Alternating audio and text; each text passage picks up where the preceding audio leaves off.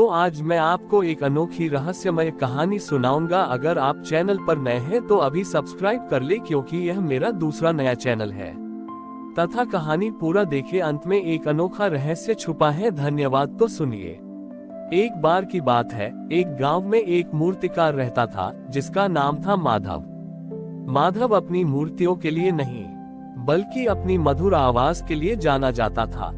वो हर वर्ष गणेश चतुर्थी पर गणेश जी के भजन गाता था। उसकी आवाज में इतनी मिठास थी कि सुनने वाला मंत्रमुग्ध हो जाता था।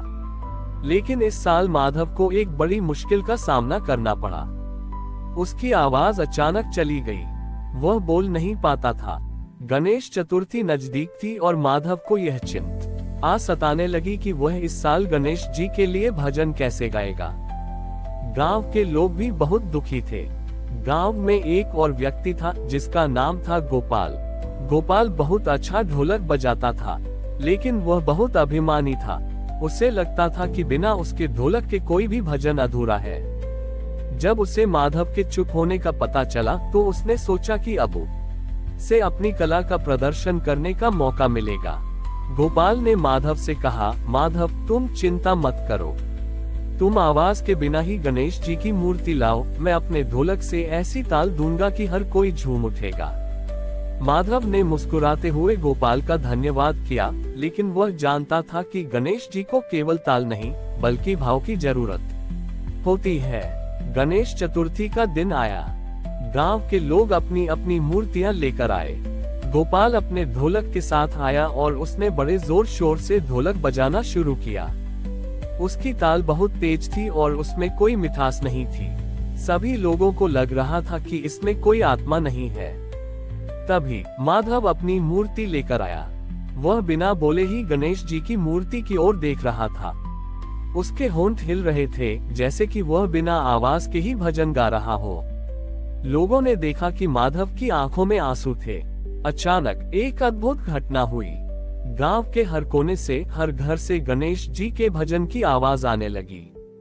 बच्चे, बूढ़े और जवान सब एक ही लय में भजन गा रहे थे। यह आवाज माधव की तो नहीं थी, लेकिन इसमें माधव का ही भाव था। गोपाल ने जब ये सुना तो वह हैरान रह गया। उसने ढोलक बजाना बंद कर दिया और देखा कि सभी लोग एक साथ मिलकर एक अद्भुत संगीत बना रहे थे। ये संगीत माधव के भाव से शुरू हुआ था और पूरे गांव में फैल गया था। तभी गणेश जी की एक दिव्य आवाज सुनाई दी, सच्ची पूजा आवाज से नहीं, बल्कि भावना से होती है। माधव ने अपनी चुप्पी में वह भजन गाया जो तुम सबने मिलकर पूरा किया। गोपाल, तुम्हारी कला में अहंकार था, लेकिन माधव की खामोशी में सबके दिलों को जोड़ने की शक्ति थी। गोपाल को अपनी गलती का एहसास हुआ। उसने अपना ढोलक नीचे रख दिया और सबके साथ मिलकर भजन गाना शुरू कर दिया। माधव ने सबको ये सिखाया कि जब हम अपने स्वार्थ का त्याग करके दूसरों को प्रेरित करते हैं, तो हमारी आवाज भी पूरी दुनिया में गूंजती है। और इस तरह एक खामोश मूर्तिकार ने गणेश चतुर्थी पर सबसे मधुर संगीत बन आया, जिसने सबके दिलों को छू लिया। उस गणेश चतुर्थी के बाद गोपाल ने माधव से माफी मांगी और उससे कहा, गुरुजी, आपने मुझे ये सिखाया कि कला का सही उपयोग खुद को बड़ा दिखाने के लिए नहीं, बल्कि दूसरों को प्रेरित करने के लिए होता है। गोपाल ने अपनी ढोलक माधव के चरणों में रख दी और उससे कहा कि अब वह केवल तभी ढोलक बजाएगा जब माधव कहेगा। माधव ने मुस्कुराते हुए गोपाल को उठाया और कहा, तुम्हारी ढोलक की असली ताल अब शुरू होगी। माधव और गोपाल ने मिलकर गांव में एक छोटा सा आश्रम खोला। वहां वे बच्चों को संगीत और कला सिखाते थे। माधव बच्चों को बिना बोले ही अपनी भावनाएं व्यक्त करना सिखाता था और गोपाल अपनी ढोलक की ताल से उन्हें लयबद्ध करता था। एक दिन गांव में एक बड़ा संगीत समारोह होने वाला था। सारे बड़े बड़े गायक और वादक उसमें भाग लेने आए थे। गांव के लोगों ने माधव और गोपाल से भी भाग लेने का अनुरोध किया। माधव ने गोपाल से कहा, गोपाल, आज तुम अपना ढोलक अकेले बजाओगे। गोपाल डर गया। उसने कहा, गुरुजी, मैं तो बिना आपके कुछ नहीं कर पाऊंगा। माधव ने उसे शांत किया और कहा, तुम्हारे अंदर मेरी खामोशी की ताकत है, तुम बस अपने दिल की सुनो। समारोह शुरू हुआ। सभी गायकों ने अपनी कला का प्रदर्शन किया, लेकिन जब गोपाल की बारी आई तो उसने अपनी आंखें बंद की और ढोलक बजाना शुरू किया। उसकी ढोलक की आवाज में एक अद्भुत शांति थी, उसमें अहंकार नहीं बल्कि विनय था। उसकी हर ताल में एक कहानी थी, माधव की खामोशी की, गांव की एकता की और गणेश जी के आशीर्वाद की। गोपाल की ढोलक की आवाज से पूरा माहौल शांत हो गया। सभी दर्शक मंत्रमुग्ध हो गए। यह आवाज इतनी मधुर और पवित्र थी कि लोगों की आंखों से आंसू बहने लगे। उन्हें लगा कि गोपाल ढोलक नहीं बल्कि अपने दिल की धड़कन बजा रहा है। जब गोपाल ने ढोलक बजाना बंद किया तो पूरा मैदान तालियों से गूंज उठा। गोपाल ने स्टेज से नीचे आकर माधव के चरणों में सिर झुकाया। उस दिन के बाद गोपाल एक महान ढोलक वादक बन गया। लेकिन उसने कभी अपनी सफलता का श्रेय खुद को नहीं दिया। वह हमेशा कहता था, मेरी आवाज तो ढोलक की थी, लेकिन मेरी ताल मेरे गुरु माधव की खामोशी से आई थी।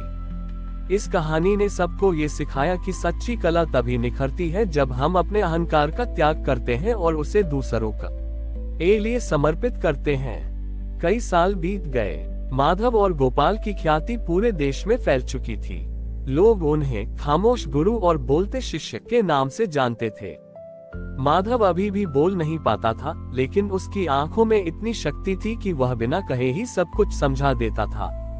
एक दिन देश के राजा ने दोनों को अपने दरबार में बुलाया। राजा ने उनसे कहा, मैंने आपकी ख्याति सुनी है। मुझे लगता है कि आप दोनों का ज्ञान हमारी अगली पीढ़ी के लिए बहुत जरूरी है। मैं चाहता हूँ कि आप मेरे राज्य में एक बड़ा गुरुकुल खोलें। गोपाल ने राजा को धन्यवाद दिया, लेकिन माधव ने अपनी उंगलियों से जमीन पर कुछ लिखा।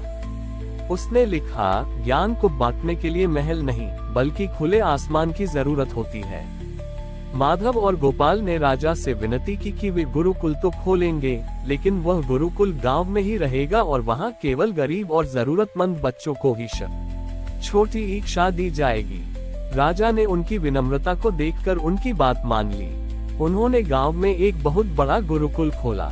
वहां बच्चों को संगीत, कला और जीवन के नैतिक मूल्यों की शिक्षा दी जाती थी। माधव बिना बोले ही सबको सिखाता था कि सच्ची कला केवल सुंदर मूर्तियों या मधुर संगीत में नहीं बल्कि मन की पवित्रता में हो। बड़ी ई है।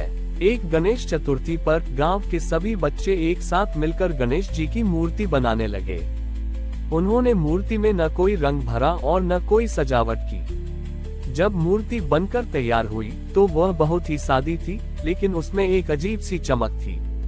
माधव ने सभी बच्चों से पूछा, इशारों में, तुमने इस मूर्ति को इतना सुंदर कैसे बनाया? बच्चों ने जवाब दिया, गुरुजी, हमने इस मूर्ति को अपने दिल से बनाया है। हमने इसमें आपकी खामोशी की ताकत और गोपाल गुरुजी की ताल का भाव भरा है। तभी माधव की आंखों में एक बड़ा बदलाव आया। बरसों बाद उसकी आवाज वापस आ गई। उसने सबसे पहले जो शब्द कहे वह थे, धन्यवाद गणपति बप्पा। माधव की आवाज वापस आने पर सब हैरान रह गए। माधव ने समझाया, मेरी आवाज तब तक वापस नहीं आ सकती थी जब तक मैं यह न सीख लेता कि आवाज का सही उपयोग क्या है। गणेश जी ने मेरी आवाज वापस इसलिए नहीं ली थी कि मैं बोल नहीं पाऊं, बल्कि इसलिए ली थी ताकि मैं ये समझ सकूं कि सबसे मधुर संगीत खामोशी में ही होता है। इस तरह एक खामोश मूर्तिकार ने अपनी खामोशी से पूरे गांव को एक नई दिशा दी। उसने ये साबित कर दिया कि सच्ची कला और भक्ति तब तक अधूरी है जब तक वह दूसरों के जीवन में रोशनी न भर दे। हमारी और भी आध्यात्मिक एवं अनोखी कहानियां देखने के लिए हमारे चैनल पर जाएं तथा धार्मिक एवं पौराणिक अनोखी कहानियां हमारे चैनल पर है। कृपया जाके देखें तथा हमारे चैनल को सब्सक्राइब करके रखें और वीडियो लाइक जरूर करें। धन्यवाद।